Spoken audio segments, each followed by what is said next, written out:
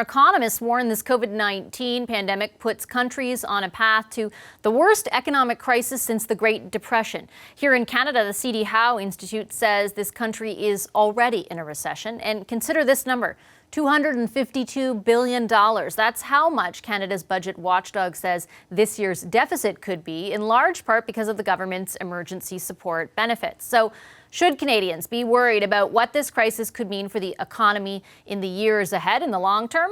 Preston Manning is the former leader of the Reform Party and author of the new book, Do Something, 365 Ways You Can Strengthen Canada. He wrote an op-ed on this in the Globe and Mail and joins me now from Bowen Island in BC. Hi, Mr. Manning. Good to have you with us on the program. Oh, thank you, Matthew. Before I get into your proposal for a more long-term economic solution, I wanted to get your take on how you view the magnitude of the challenge facing the economy right now. How do you view it? Well, I think the number one issue facing the governments in the country is economic recovery. That the measures that have been taken to cope with COVID-19, the running up of the huge deficits and debts, the shutting down an enormous part of the economy is going to have consequences for months and affecting millions and millions of people. So I think economic recovery is number one issue facing everybody. Do you think it was the right decision to offer this kind of aid and the scale of it? Well, I think in retrospect, there's going to be a lot of criticism of what was done. But I think what's more important is to look to the future.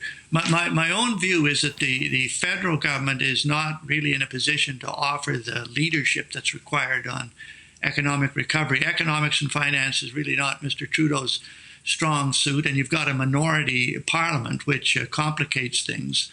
And that's why I've been suggesting that I think it's going to be up to the premiers, probably through that Council of the Federation, which they set up to lead economic recovery measures. And I do want to get all the details on the proposal you're putting forth. I just want to make sure I sort of understand the starting point for you. And I'm asking because obviously we've seen, massive unemployment numbers. We've heard from anecdotally so many people who are struggling, worried about their businesses closing. They needed help. Do you think the kind of help offered, I understand that there's a whole discussion to be had about the solution, but do you think the kind of help offered by the government was necessary? Well, I think once this gets analyzed in retrospect, that I think people will feel that the government's overreacted in that respect. One of the weaknesses of the Trudeau government, and not just on COVID-19, is they never seem to do economic impact assessments of measures that they undertake. There was no economic impact assessment done of the Paris Accord, for example, no economic impact assessment done of instituting the carbon tax. And you can be sure there was no economic impact assessments done with respect to the particular measures that were adopted with respect to coping with COVID-19.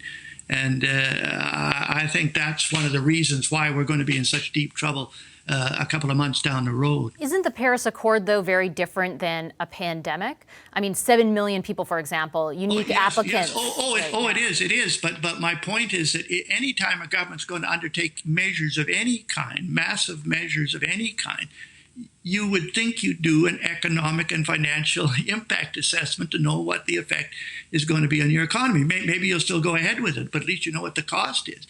Wasn't time an issue here? When you don't ever do those assessments, then you get into the trouble that we're going to face with respect to coping with the economic impacts of the COVID-19 measures. My guess is time was an issue, Mr. Manning, here, right? I mean, tens of thousands of people were losing their job by the day once the pandemic was declared. Well, I say it's the responsibility of the Finance Department, the Finance Measure, to ask those questions every single time the government proposes to do anything. That's their job. We don't know necessarily that they didn't. I guess what I'm trying to get at is I'll tell you why I'm asking this, is because I am inundated with emails from viewers about people who are hurting right now. They in fact are not saying this isn't enough help. They're not saying this is too much help. They're saying this isn't enough help. I wonder if the government really had a choice but to offer this magnitude of aid. Well, maybe so, but the thing we've got to get on to is how to get economic recovery. You're going to have millions and millions of people. More people that were affected by the health impacts of COVID-19 are going to be affected by the economic impact. So, I mean, we can argue about whether the right thing was done or not, but I think the issue for the future is to get on with economic recovery measures just as fast as it can be done. To that effect, you've proposed something called the National Economic Recovery Council. When you look at that part of all of this, at addressing the devastating economic impacts of this pandemic, what do you think that council should be doing? Well, one of the things I think it should be led basically by the premiers rather than by the federal government, with the federal government supporting and cooperating. And I think one of the first things it should do is to ask the major sectors of the economy, and it's basically the private sector that's going to have to carry the ball. What are the single most important things that the governments could do to facilitate economic recovery? And I think you'll get answers back from the private sector. I've been asking this question. Like I put this book out earlier in the year called Do Something, where I addressed this question of lagging economic activity and growth activity in Canada even prior to COVID-19. And I asked a lot of people what could be done to stimulate economic growth even prior to this disaster. And one of the things, for example, from the resource sectors is slash the red tape that is preventing the development of infrastructure. We're the second largest country on the face of the earth, which means we got the second largest store of natural resources, but we can't move them effectively to world markets because of problems getting infrastructure built. So that's one practical thing that could be done. How do you think the challenge facing a council would be different than, for example, past economic crises? I'm thinking, for example, of 2008, 2009, when an injection of stimulus into the economy following that really helped things. We've got sort of a different situation now where even when the economy begins to recover, we don't really know what it's going to look like. Will people, for example, be able to go into restaurants en masse? Will they be able to spend money designed as stimulus? How big of a sort of, or how different of a problem is it for a council like this to deal with versus other crises? I think it's similar in some respects to the financial crisis of 2008, but it's much larger and broader in its impacts. And I think that council will have to come to grips with this fact. Can government solve these problems simply by borrowing and printing money? My own view is that they can't, but that council would have to come to grips with that. But I think one of the starting points, Bassey, is to ask the people that have to lead the economic recovery, like on the small and medium-sized enterprises. 1.2 million of them in Canada. They employ 70% of our workforce. Over 13 million Canadians are employed by small and medium-sized enterprises. And if you can ask them, what do you have to do to get back on your feet? The big guys can often take care of themselves. A lot of them are leaving the country, but the small and medium-sized businesses can't. So ask them, what was the single most important thing we could do to help you get back on your feet and employ your people?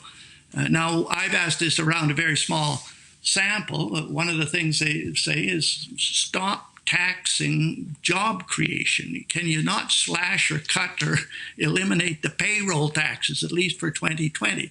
And I think there'll be suggestions like that will come to that council, and then it has to decide. The governments have to decide, are we going to act on these things? And the theme of my book was do something. Don't just talk about it, speechify about it, blog about it, tweet about it. Do something. And if you want to restore confidence in an economy, it's not the talking and the speechifying that's going to do it. It's what the governments actually choose to do. Well, I have one more question for you to talk about. And that is before. Sorry for that. No. Before I let you go, Mr. Manning, and that's actually on the Conservative leadership race. I saw an interview with you a few months ago in which you said that voters in that race shouldn't look for an ideal candidate, but rather focus on someone who can build a competent team. The sooner the political establishment figures that out and stops looking for the messiah and look for the team, whatever party does that best is going to be best. Now, it's a few months later. We have the four candidates who are running. What is your impression of the race as it stands? Well, it's awkward for me to say. We'll probably be sponsoring some of the debates between those candidates once it's possible to do that sort of thing. So I don't want to pick any one candidate, but I do think that point of we should not be looking for political messiahs, particularly in the light of the need for economic recovery. But what is the team that has the capability to achieve that result? And not wanting to avoid your question about the Conservative leadership, but that's why I suggest the Council of the Federation in providing leadership. It's not going to be just any one premier or one prime minister. It's going to be a team. And if I could leave you, Vasi, with one suggestion, I admire your Power in Politics panel, and one question you might put to them and to your viewers is if they could suggest one major initiative that would contribute to restoring economic confidence and economic recovery, if they could make one single recommendation to those premiers, what would it be? What would it be? Well, you've given me a question for today's Power Panel, Mr. Manning. I appreciate it very much. Okay, Thanks for your time this evening. Okay, bye-bye. Bye-bye. Hi, I'm Vashi Capellos, host of Power in Politics. See more of our show by subscribing to the CBC News channel or click the link for another video.